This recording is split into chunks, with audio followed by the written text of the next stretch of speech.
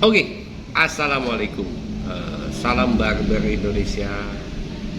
Semoga sukses selalu, sehat selalu. Untuk kalian yang nonton video ini, semoga bermanfaat, menjadi motivasi atau setidaknya bisa menjadi motivasi kalian.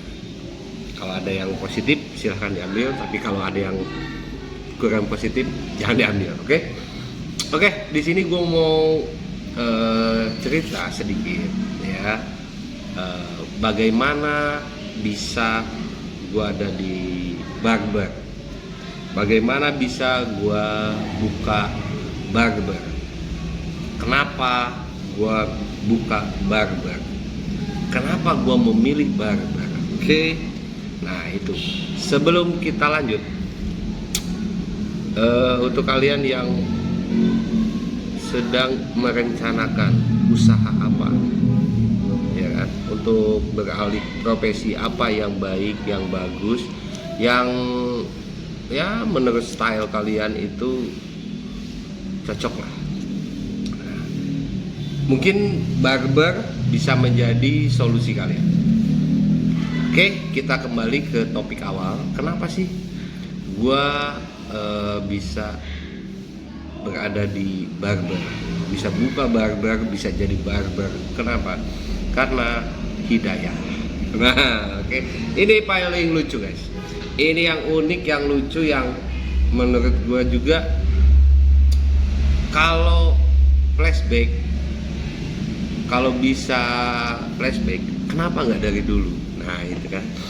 Jadi hidayah, gue mendapatkan hidayah di barber itu 2017 gue mendapatkan hidayah.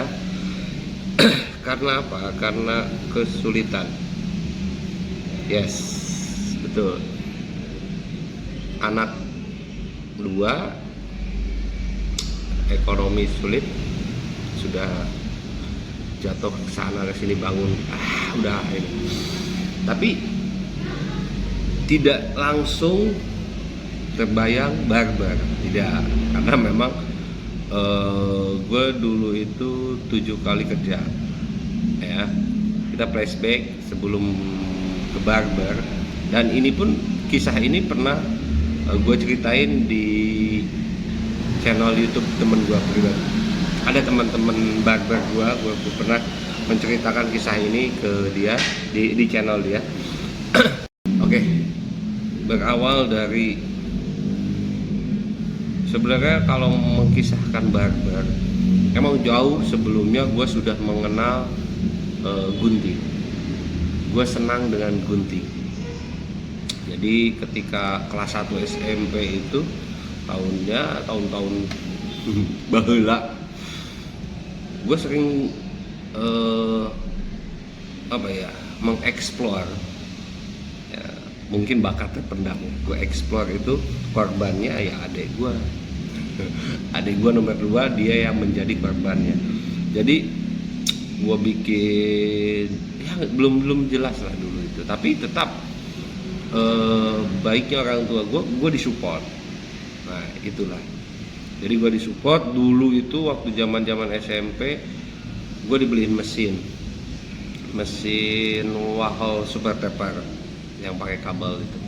Nah itu singkat cerita banyak, sampai satu kampung, di kampung gua itu ya, kalau apalagi kalau mau Idul Fitri ya kan, itu alhamdulillah guntingnya ke gua semua. Karena zaman dulu itu belum seramai sekarang, belum seramai kayak sekarang kan. Setiap gang ya kan, setiap ruko, setiap ini udah banyak barber pangkas.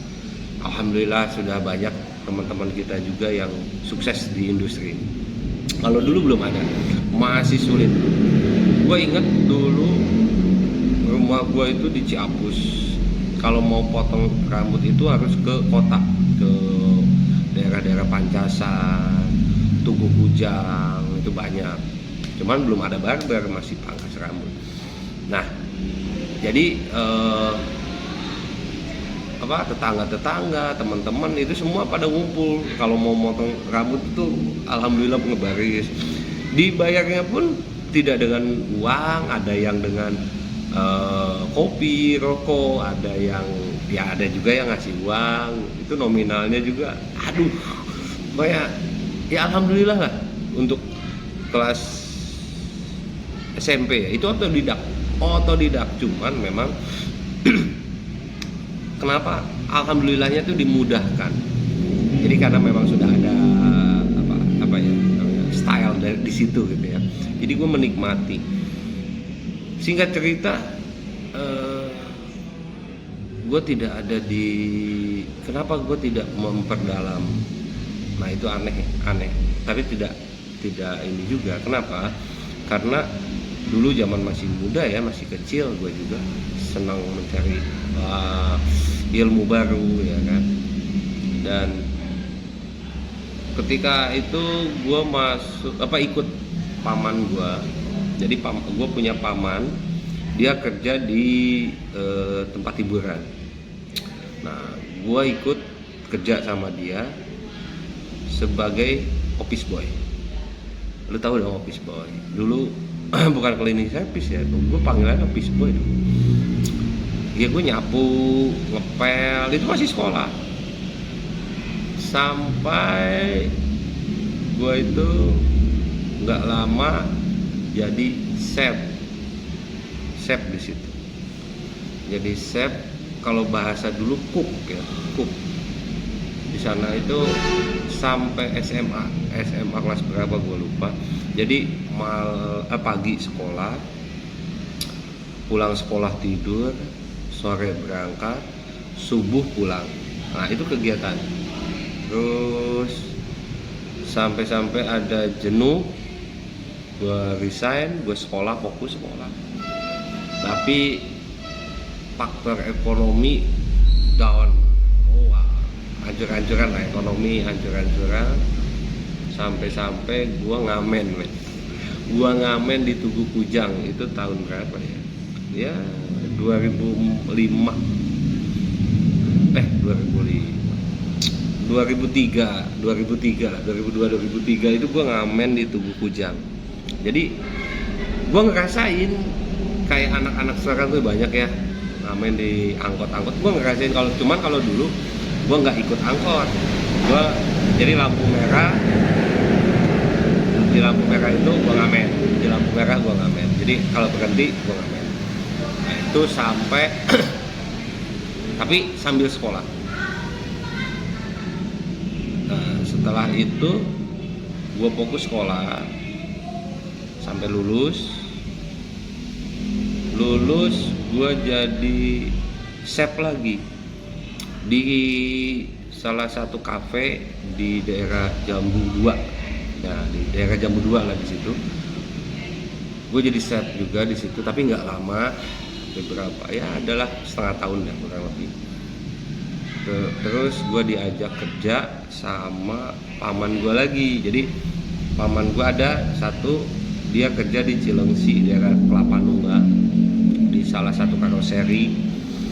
Dan lucunya gue ada yang biasa gue megang kuali, di sana ya gue megangnya amplas, gerinda untuk awal, dan itu sangat tantangan yang luar biasa karena bukan kerjaan gue gitu, itu kerja berat.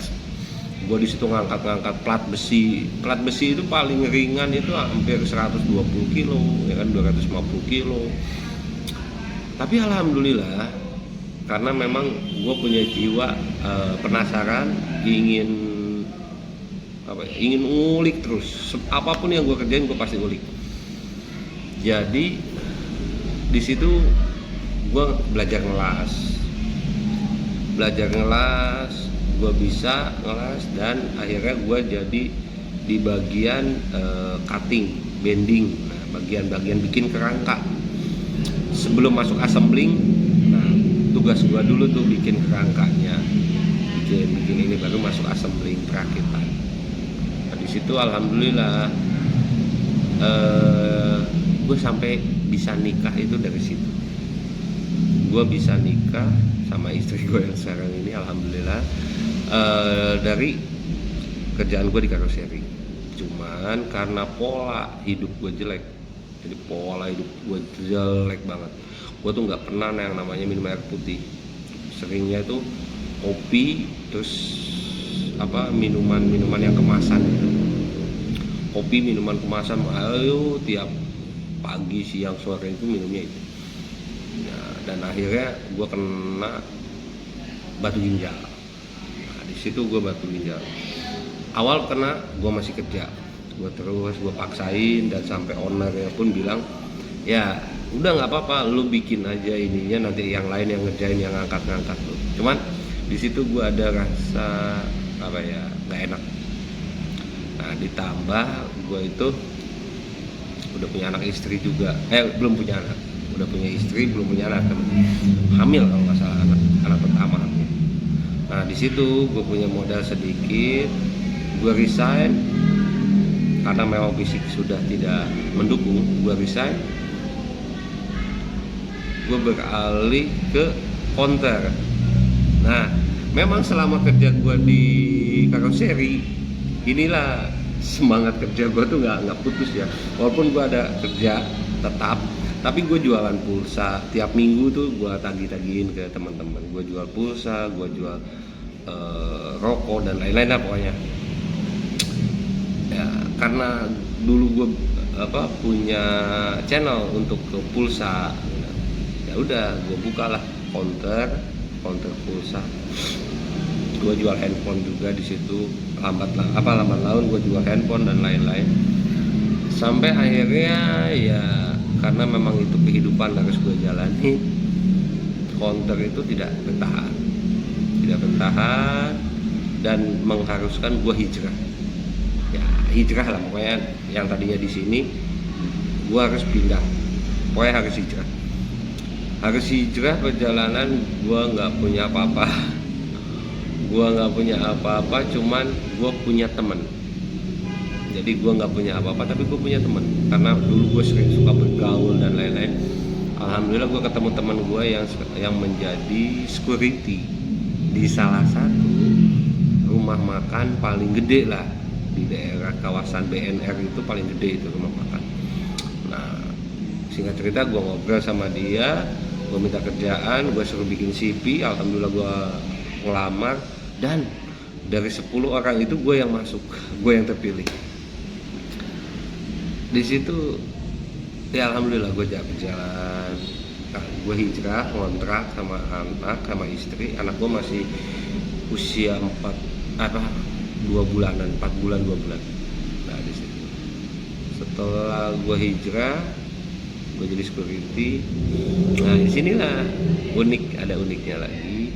Gue dari anggota 4 bulan gue diangkat jadi kepala regu, ya kan? Kepala regu, salah satu kepala regu itu kadang ada 3 ABC. Gue diangkat jadi kepala regu. Tapi gue melihat di situ tidak hanya kerja, ada peluang lain. Kenapa? Di situ banyak payung-payungan, karena kan itu outdoor ya, saung-saung gitu. Jadi kalau di sana itu perlu payung. Nah, pengadaan payung itu cepat rusak. Gue pelajari sambil kerja, gue pelajari kenapa sih, dan tidak tahunya itu bisa dikanibal, bisa di ini yang bagus masih bisa diambil. Nah, gue izin lah sama HRD-nya, kalau payungnya gue servis, gue bawa ke rumah. Jadi kalau kerja malam, siangnya itu gue nyervis payung. Kalau kerja pagi, malamnya gue nyervis payung. Ya itu alhamdulillah tiap bulan gue dapat 150 tambahannya itu, ya gue bersyukur alhamdulillah. Setelah dari situ tidak lama gue hijrah lagi. Di situ 1,5 tahun dan gue hijrah lagi. Gue hijrah itu gue pelihara ayam kampung. Gue jual telur ayam kampung. Alhamdulillah itu hampir 240 ayam. Gue jual ayam kampung. Terus sudah itu ayamnya mati semua karena kena penyakit. Dulu tuh penyakit apa ya? Kalau dulu tuh di sini disebutnya tetelo. Tapi kalau semakin kesini ketahuan flu burung gitu. Tapi kalau zaman dulu tuh tetelo teman. 240 itu ke sisa 20 dan ya udah stop. Tanpa ada modal, sisa itu gua jual nasi goreng gerobakan, asli gerobakan. Jual nasi goreng gerobakan sama istri gua yang masak, istri gua yang apa namanya, yang bungkus ya. Terus nasi goreng pindah ganti jual mie ayam, jual bakso, ganti lagi ayam bakar. Terus kesini kok makin inilah ya, menurut gue nggak ini. Dan alhamdulillah setelah itu gue jual pakan ayam, pakan ikan kayak gitu, jual kios. Gue buka kios buka kios burung karena gue seneng sama hewan. Gue jual, tapi itu tidak bertahan lama. Kenapa? Karena namanya kita jual hewan ya, makhluk bernyawa itu susah, ada banyak mati lah, inilah itulah. Singkat cerita, gue lanjutin karena pas kios itu gue beli galon ya kan, gue buka agen galon. Nah, setelah dipakan nggak berhasil, gue buka ini apa namanya, sembako. Nah itu sembako agak lama, sembako lama itu sampai berapa tahun di sembako itu, cuman nggak bertahan lagi. Cuman sebelum sembako itu down, tutup, nah disitulah gue mendapatkan hidayah. Gue merenung, gue tuh bisa gunting, gue tuh bisa nyukur loh. Dan akhirnya gue beli mesin super taper lagi. Super taper itu gue beli 2016 itu harganya 900. Pas gue beli kan karena di lingkungan gue tuh banyak anak muda, gue potong ya kan. Tapi menurut gue belum bisa menjual hasil karya gue. Hasil karya gue tuh belum bisa dijual. Kenapa? Bagaimana ini hasil karya gue supaya bisa dijual ya? Nah, gue cukur rambut lah. Gue juga sama gunting ke barbershop. Pas ketemu barbershop itu, gue tanya, bang di sini bisa sekolah nggak? Bisa kursus nggak? Nah, nggak taunya yang gue tanya itu anak buahnya, bukan ownernya, karyawannya. Pas dia tanya ke ownernya, bisa katanya. Ya alhamdulillah, itu pun nggak langsung. Setelah itu dia sambil gue siap-siap ya kan, menyiapkan uang sih terutama, menyiapkan uang. 2 minggu setelah itu gue nekat berangkatlah gue ke barber itu. Nggak jauh sih, lumayan lah dari tempat gue. Nah alhamdulillah ownernya luar biasa, supportnya luar biasa. Dia tidak hanya memberikan basic mengenai guntingan, tapi dia juga memberikan ilmu tentang manajemen, tentang bagaimana ngedesain. Pokoknya semua segala macamnya itu dia kasih tahu dengan gamblang. Nah unik, sangat unik. Kenapa? Karena memang sebelumnya gue punya basic. Ketika gue kursus itu gue cuma 5 hari, tapi pas gue mulai kursus gue sudah menyiapkan tempat. Jadi gue udah beli bangku, gue beli kaca, gue bikin kaca dan lain-lain ya persiapannya. 3 hari gue fokus sekolah. Hari keempat pulang sekolah gue buka barber opening, gila kan. Jadi gue buka padahal gue masih sekolah, gue masih di barber, tapi karena keadaan ekonomi yang habis-habisan, jadi spirit gue tuh tinggi banget ya, Setelah berjalan 5 hari gue lulus, gue fokus, tapi tetap gue masih komunikasi dengan owner yang guru gue inilah. Setelah berjalan, jatuh bangunnya, merasakan yang namanya nggak ada tamu, tapi alhamdulillah gue tidak pernah dikomplain, sekalipun tidak pernah dapat komplainan. Itu penting sekali komunikasi itu dari situ. Jadi gue nggak pernah. Dan yang gue rasakan ketika kita habis-habisan di usaha yang lain, ketika masuk ke barber, apa yang hilang kembali dan menjadi lebih. Paham nggak maksudnya? Jadi dulu itu gue bisa-bisa, tapi setelah gue masuk ke barber, alhamdulillah sampai detik ini apa yang hilang itu menjadi lebih. Dan gue rasakan industri barber ini sangat-sangat rekomend buat kalian yang memang mau terjun di industri barber. Ini sangat-sangat rekomend. Jadi kenapa gue merekomendasikan industri barber ini?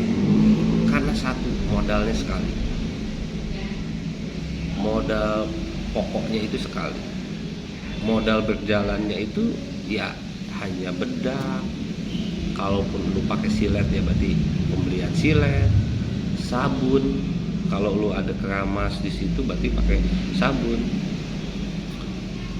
Kalau mesin yang gue rasakan itu, gue pakai mesin Cina.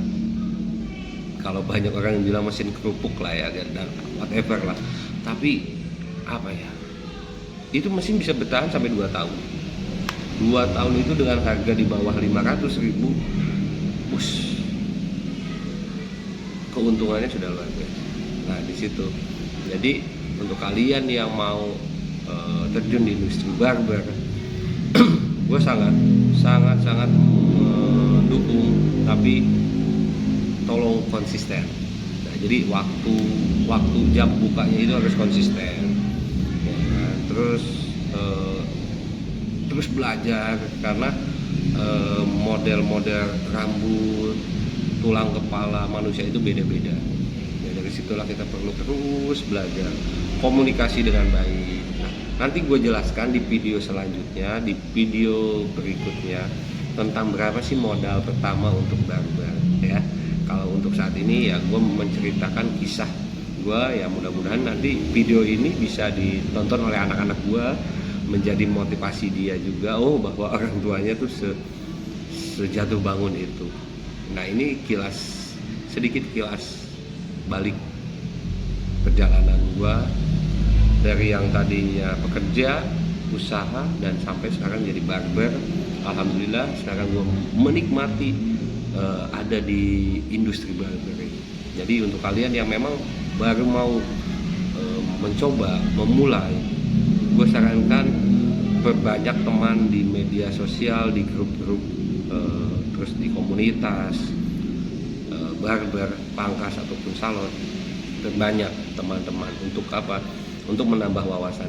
Mudah-mudahan video ini bermanfaat. Ini tidak menggurui, ini hanya menceritakan kisah-kisah yang sudah saya jalani. Terima kasih untuk customer saya Bib Barbershop yang sudah setia selama kurang lebih 6 tahun ini. Oke, thank you banget pokoknya. Berkat kalian saya makin semangat lagi, dan saya ya akan selalu ada untuk kalian. Jadi thank you untuk waktunya. Mohon maaf bila ada kata-kata yang salah. Assalamualaikum.